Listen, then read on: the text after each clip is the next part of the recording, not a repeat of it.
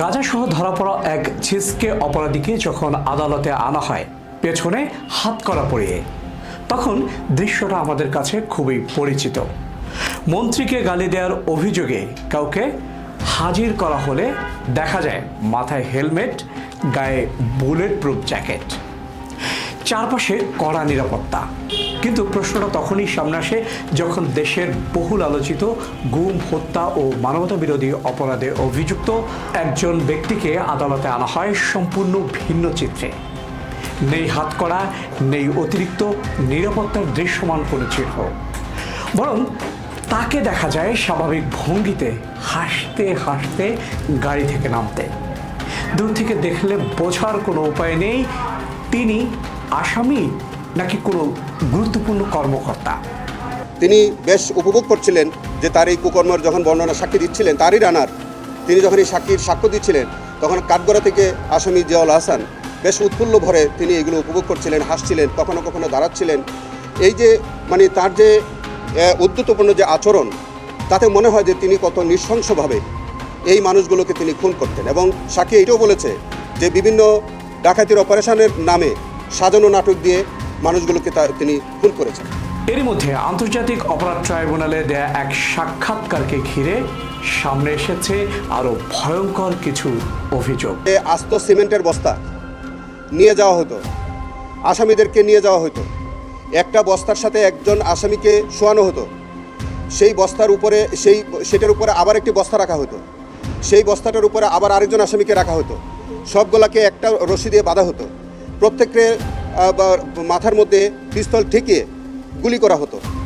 একটি বর্ণনায় এসছে যে উনি যখন একজন আসামিকে গুলি করেন মাথায় ঠেকিয়ে, এই ভিকটিমের মাথায় অনেক চুল ছিল এবং সেটা যেহেতু কন্ট্যাক্ট শট ছিল, মাথা পিস্তল ঠেকিয়ে যেহেতু গুলি করেছে, আপনারা জানেন যে কন্ট্যাক্ট শট হইলে সেই জায়গাটা ঝলসে যায়, সেই জায়গাটা পুড়ে যায়। কন্ট্যাক্ট শট হওয়ার কারণে সম্ভবত আগুন ধরে গিয়েছে এবং সেটাও বলছে যে তার লম্বা চুল হওয়ার কারণে, কন্ট্যাক্ট শট হওয়ার কারণে সেখানে আগুন ধরে, ওই চুলে আগুন ধরে গিয়েছিল এবং আশেপাশে যেসব লোকজন আছে তারা তখন এটা দেখে হাসাহাসিও করেছে। সাবেক সেনা কর্মকর্তা জিয়াউল হাসানের সাবেক দেহরক্ষী ইমরুল কায়েস আদালতে দাবি করেছেন পিলখানা হত্যাকাণ্ডের পর পরিচালিত অপারেশন রেবেল হান্ট এর সময় 10 জন বিডিআর সদস্যকে প্রথমে ইনজেকশন দেওয়া হয়। অপারেশন রেবেল হান্ট সম্পর্কে বলেছে যে বিডিআর হত্যাকাণ্ডের পর তিনি বিভিন্ন বিডিআর সদস্যদেরকে ধরে আনতেন এবং ধরে এনে তাকে বিভিন্ন বিশেষ প্রক্রিয়ায় 2টা পদ্ধতিতে তিনি হত্যা করেছেন বলে বলছেন। একটা প্রক্রিয়ার কথা তিনি বলেছেন যে ইনজেকশন পুশ করে হত্যা করেছেন, আরেকটা হচ্ছে গুলি করে নদীতে ফেলে দিতেন। শুধু তাই নয়, তার সাক্ষ্যে উঠে আসে বাংলাদেশের রাজনীতির অন্যতম আলোচিত রহস্য বিএনপি নেতা ইলিয়াস আলীর নিখোঁজ হওয়ার ঘটনাও। তিনি দাবি করেন সেই গুমের ঘটনাতেও জিয়াউল হাসানের সংশ্লিষ্টতা ছিল। আরও চাঞ্চল্যকর বিষয় হলো আদালতে তিনি জিয়াউল হাসান এবং তৎকালীন প্রধানমন্ত্রীর নিরাপত্তা উপদেষ্টা তারিক আহমেদ সিদ্দিকীর মধ্যে কথিত ফোন আলাপের কথাও ফাঁস করে দেন এবং বোঝা গেল যে তার বাংলাদেশ এবং ভারত জুড়ে তার এই কিলিং মিশনটার নেটওয়ার্কটা ছিল বাংলাদেশ এবং ভারত জুড়ে, এবং তিনি সেই প্রক্রিয়ায়, নানান প্রক্রিয়ায় তিনি হত্যাকাণ্ডটা সংঘটিত করতেন। তবে এসব অভিযোগ বর্তমানে আদালতে দেয় একজন সাক্ষীর বক্তব্যের অংশ।